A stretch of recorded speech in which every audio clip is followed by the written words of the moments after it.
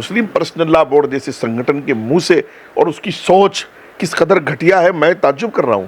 संशोधन आने देता, कोई बात होती, सरकार के लोगों से बात की जाती, मिलते जुलते, पहले ही विपक्ष की और अपोजिशन की और कहां कहां की मुस्लिम पर्सनल लॉ बातें करना है। लेकिन उसूल की बात यह है कि अगर लग रहा है अभी संशोधन आया नहीं है, ये सब वो लोग हैं जो पानी आने से पहले पैजामा निकाले खड़े हैं। लेकिन वक्फ बोर्ड के साथ पिछले 70 सालों में जो हुआ और खुद मुसलमानों ने किया, चूंकि इन 70 सालों में किसी भी वक्फ बोर्ड का किसी भी स्टेट में चेयरमैन कोई जैन, कोई हिंदू, कोई सिख, कोई ईसाई नहीं रहा, सब मुसलमान थे। कोई सुविधा 9 लाख एकड़ जमीन होने के बाद भी बोर्ड भिखारी बना रहा। और भिखारी भी कितना बड़ा, कुछ इमामों को तनख्वाह देता है, कुछ मुअज्जिनों को तनख्वाह देता है, कुछ बेवाओं को वजीफा देता है, 100-200 बेवाओं को।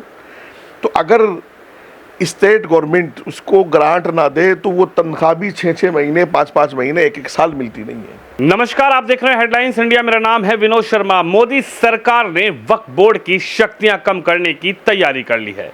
कैबिनेट में मोदी सरकार ने 40 ऐसे संशोधन किए हैं जिसको लेकर वक्फ बोर्ड की अब जो शक्तियां हैं वो कहीं ना कहीं प्रभावित होंगी। और इसी पर बात करने के लिए हमारे साथ वजाद गुजर साहब हैं, मुस्लिम स्कॉलर हैं, सीधी बातचीत करेंगे।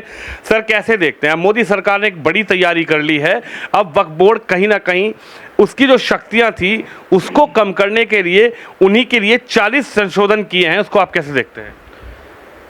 वक्फ बोर्ड, वक्फ एक्ट में तरमीम कोई पहली बार नहीं हो रही है। मेरे ख्याल कोई 54-55 में बोर्ड बना है।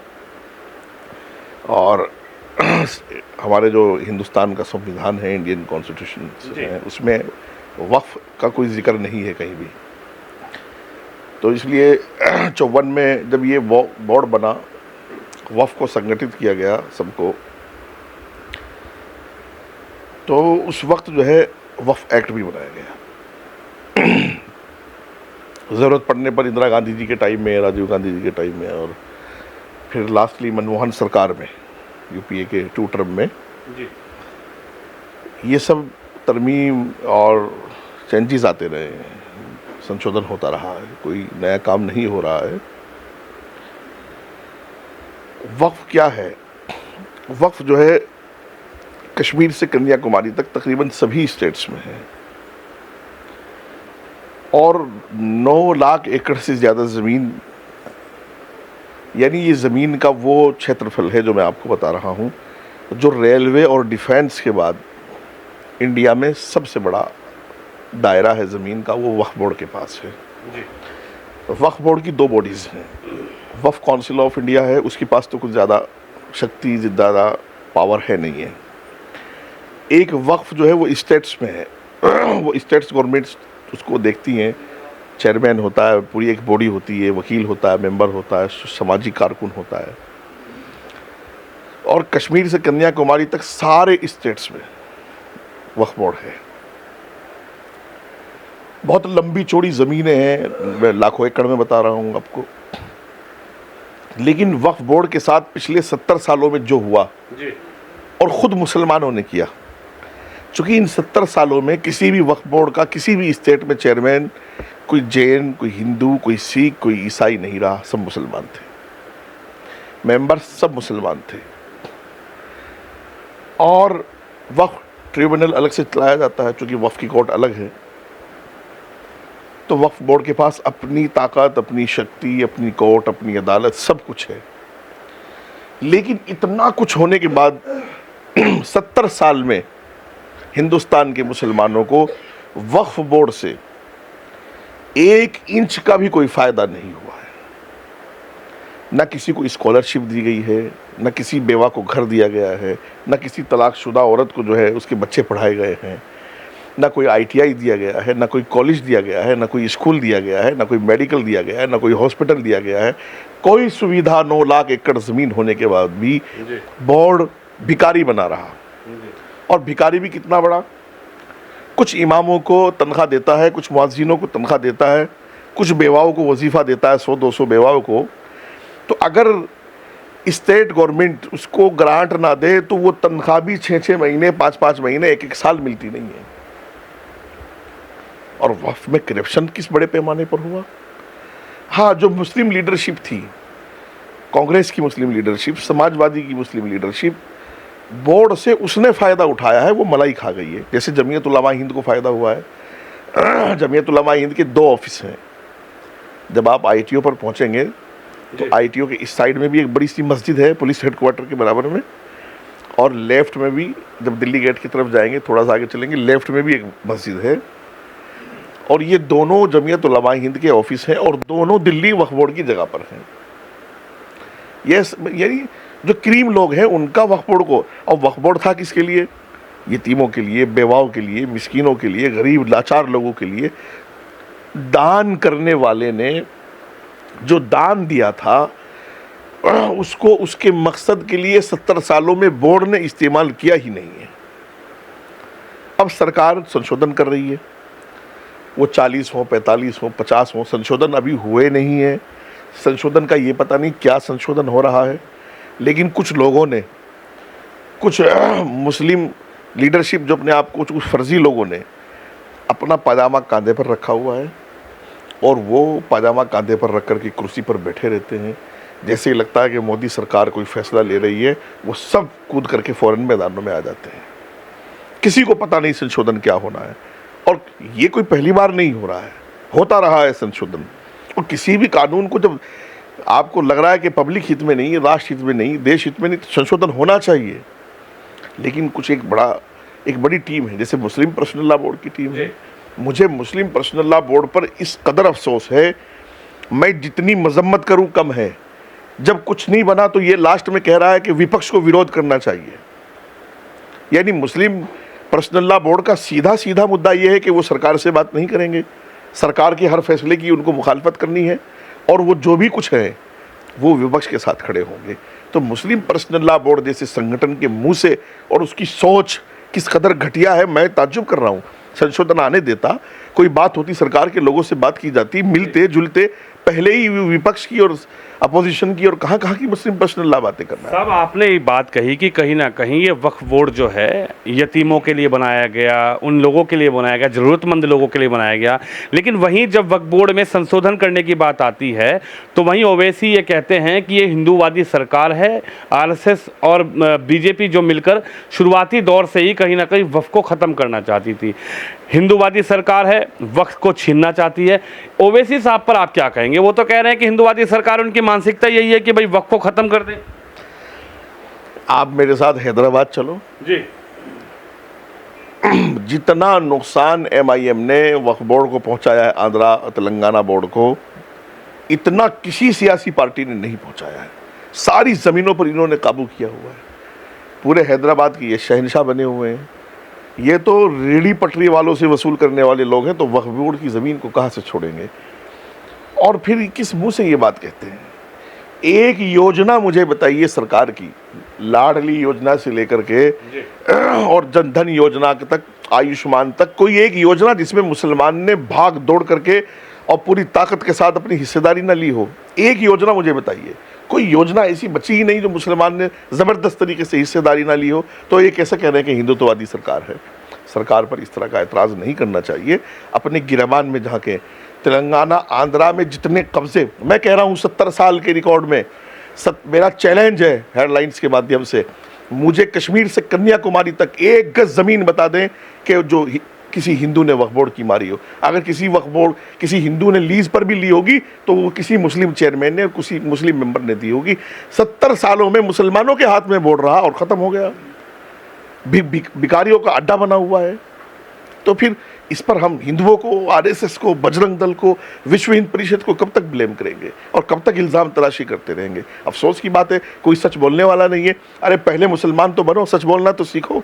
बताएं मुझे 70 साल में कोई एक छोटा मोटा स्कूल दिखा दें, छोटा मोटा बस, जिन बेवाओं के और यतीमों और मिस्किनों के लिए दिया गया था, उनके बच्चों को स्कॉलरशिप इन्होंने नहीं दी। कौन एक IAS, एक IPS, कोई एक IRS मुझे दिखाया जाए कि उसको बोर्ड ने अपने पैसे से तैयार किया हो। लाखों एकड़ ज़मीन होने के बावजूद तुम भिखारी हो। और इल्ज़ाम जो है और सबसे ज़्यादा तो हैदराबाद में कब्जे हैं। चलिए मेरे साथ, मैं दिखाता हूँ आपको। तो वैसी को तो ये सब बातें उसके मुंह से अच्छी नहीं लगती हैं। साजिद रशीद साहब कह रहे हैं सड़कों पे आइए मुसलमान। जैसे किसानों ने धरना किया, 700 किसान शहीद हुए, सरकार को बिल वापस लेना पड़ा, किसान बिल वापस लेना पड़ा। इसी तरीके से मोदी सरकार जो वक्फ बोर्ड के खिलाफ संशोधन करना चाहती है, मुस्लिम सड़कों पे आई है, साजिश रची तो पूरा चैलेंज दे रहे हैं। हाँ, तो सड़कों पे आइए, कोई बात नहीं, सरकार के पास सड़कों पे आने वालों का इंतजाम है। जो सड़कों पे आएगा, लॉ एंड ऑर्डर, सरकार की एजेंसियां, सरकार का प्रशासन वो मजबूती से तैयार है। जो रोड पे आएगा उससे निपटा जाएगा। मैं कहता हूँ आओ, देखो उसूली बात हमेशा करनी चाहिए। वाकईतन संशोधन आने के बाद अगर इनको लग रहा है, देखो अभी तो ये चश्मा है मोदी वाला कि इन्होंने चश्मा लगाया हुआ है कि मोदी जी जो भी काम कर रहे हैं वो समझ लो उसका विरोध करना है। ये हटा दें एक तरफ, ठंडे दिल से सच्चे मन से सोचें, कौम हित में सोचें और इस बात की तैयारी करें कि अगर वाकईतन संशोधन में कोई ऐसी बात है जो हमें सरकार से करनी चाहिए, सरकार को मेल डालें, चिट्ठी लिखें, फ़ोन करें, सरकार के नुमाइंदों से वक्त लें और उनको बताएं कि साहब ये अभी मुस्लिम पर्सनल लॉ बोर्ड का एक ग्रुप योगी जी से मिला है। क्या योगी जी ने मिलने से मना किया उनको? उनकी समस्याएं भी सुनी, उनकी बात भी सुनी। तो ये सड़कों पर उतरना तो इलाज है सरकार के पास, इसका पूर्ति कर लेंगे हर चीज़ से, कोई टेंशन की बात नहीं है। लेकिन उसूल की बात यह है कि अगर लग रहा है अभी संशोधन आया नहीं है, ये सब वो लोग हैं जो पानी आने से पहले पैदामा निकाले खड़े हैं। लेकिन मैं कहता हूँ कोई संशोधन में आपको लग रहा है कि काबिल एतराज़ चीज़ है, तो उसका तरीका ये है कि आप सरकार से बैठ करके बात करें और बताएं कि साहब हमें ये जो है यहाँ पर शक लग रहा है, डाउट्स हैं कुछ, वो हमारे क्लियर किए जाएं। सर इस पर क्या कहेंगे? 2 कानूनों में बदलाव की जो चर्चा चल रही है, कुछ लोग कह रहे हैं कि सिर्फ मुसलमानों को अत्याचार किया जा रहा है, मुसलमानों को टारगेट लगातार सरकार कर रही है। पिछली सरकार बनी, दूसरी बार सरकार बनी, उत्तर प्रदेश में योगी की 2 बार सरकार बनी, सिर्फ और सिर्फ मुसलमानों की ही चीज़ों को टारगेट किया जा रहा है। देखिए बात सुनिए, पिछले 10 सालों में मुसलमानों ने अच्छे से मोदी सरकार को देखा, योगी सरकार को देखा, लॉ एंड ऑर्डर को देखा, सारी योजनाओं का लाभ उठाया। आम मुसलमान को सरकार में कोई किसी तरह की दिक्कत नहीं है। अब वक्फ बोर्ड को लेकर के 70 सालों में मैंने मान लिया मोदी जी कुछ संशोधन कर रहे हैं, 70 सालों में और भी संशोधन होते रहे, लेकिन इन 70 सालों में वक्फ बोर्ड ने, मेरा एक सवाल मात्र आपके चैनल पर लोग कमेंट करके जवाब दे दें या आपको बुला करके वीडियो में जवाब दे दें कि 70 साल में कोई एक काम किसी भी स्टेट वक्फ बोर्ड का ऐसा जो इस कौम के लिए हो, इस कौम के बच्चों के लिए हो, इस कौम की बेवाओं के लिए हो, तो वो बताएं। अगर उनको ये डर है, वैसे मोदी जी की सरकार या योगी जी की सरकार या किसी भी स्टेट्स में कोई इस तरह का संशोधन अभी नहीं हो रहा है कि जिससे कि वक्फ संपत्तियों को हड़प लिया जाएगा। नहीं, वक्फ के पास कुछ एक्स्ट्रा शक्तियाँ हैं, उनको बैलेंस किया जाएगा जिससे कि लोगों को परेशानी ना हो।